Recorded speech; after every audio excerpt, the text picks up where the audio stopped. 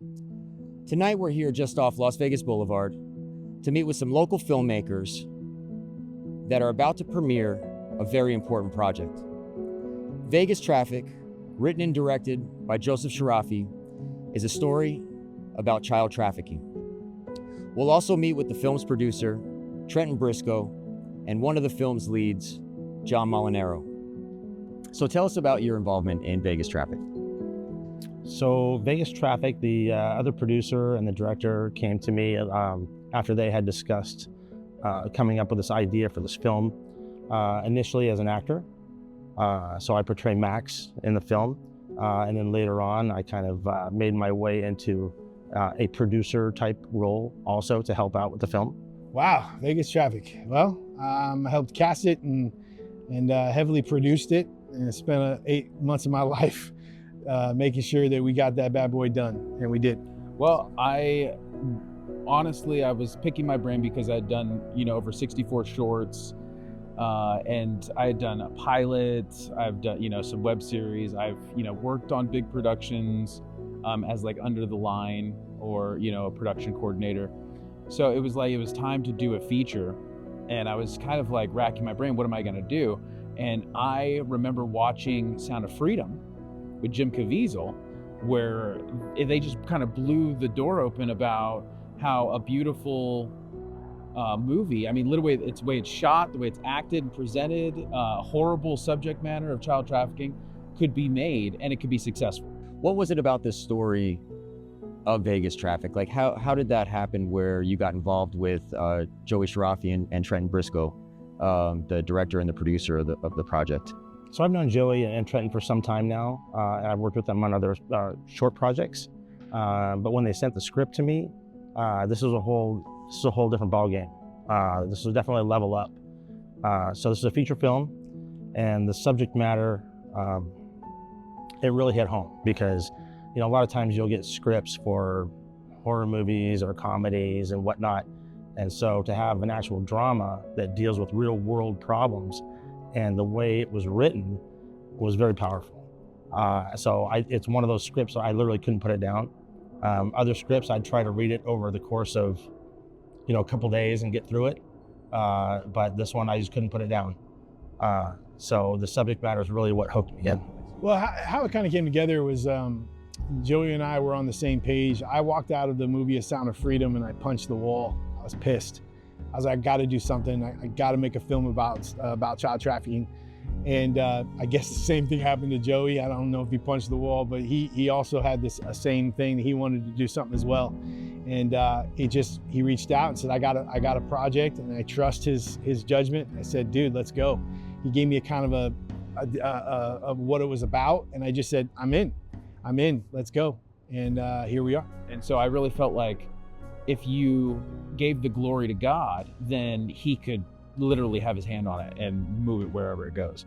So I was like, man, okay, so I think I found my subject matter, because when you're gonna write a movie, you're gonna be in it for a year or two, you're gonna give your life to it, you're gonna put blood, sweat, and tears into it.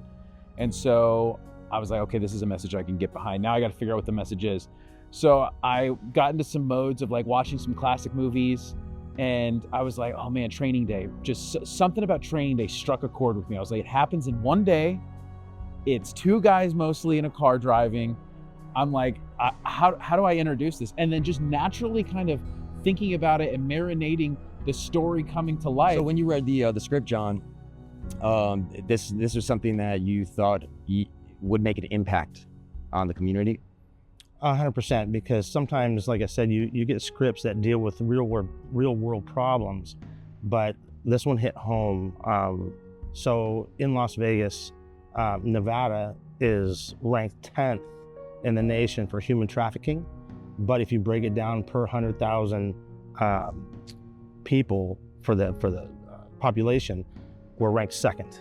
Well, living here and finding out that we're, for the nation, the second highest city for child trafficking, it really made me sick. Man, I'll tell you what, the casting is many. I think I casted over 100-something people on this film, a lot of extras, but the impact that I felt from the cast, from the extras, like they were so gung-ho about being on this project.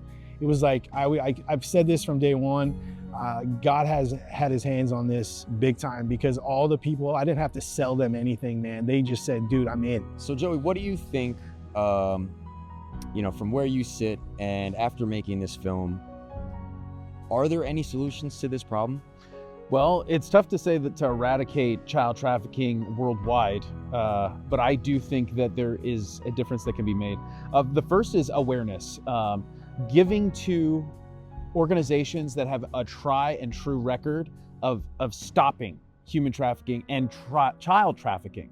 Let's be real about it, and let's talk about it, because there's certain things that people will do, like gangs that are looking to case a neighborhood. They'll put zip ties on somebody's fence and they'll label it of like, that's how many. So there's 3 zip ties, there's 3 little girls in there or whatnot.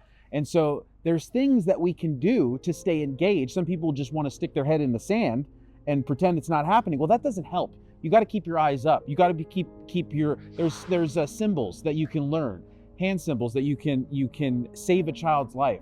So what we're doing is we're partnering with organizations, tried and true organizations like A24, Destiny Rescue, Operation Underground Railroad, and we're actually giving part of our proceeds from the money that we get from the movie goes towards these organizations to actually make a difference. So if you come to see this movie, you're not only going to see a movie, you're also contributing to helping eradicate child trafficking worldwide. I think education is one of the most important things. And by education, I mean educational awareness of what's going on around you. So I know the Southern Nevada Task Force for Human Trafficking, they offer educational classes. So any of the businesses here locally can get a hold of them, and they will come and they will do human trafficking awareness classes for the employees. Personally, if they haven't already, bus stops, airports, gas stations, nightclubs, casinos, you name it.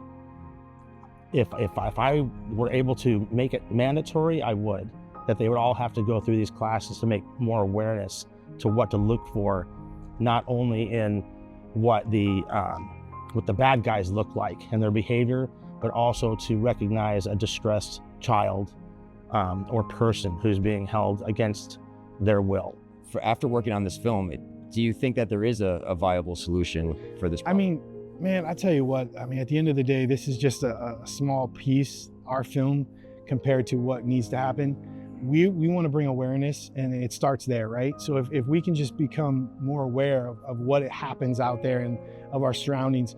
And then on top of that, there's companies out there that can train, places such as, I don't know, like where it happens, ballparks, airports, big cities that draw a lot of attention.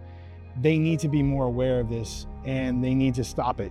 And if more of us put it out there, the more impact it's going to make.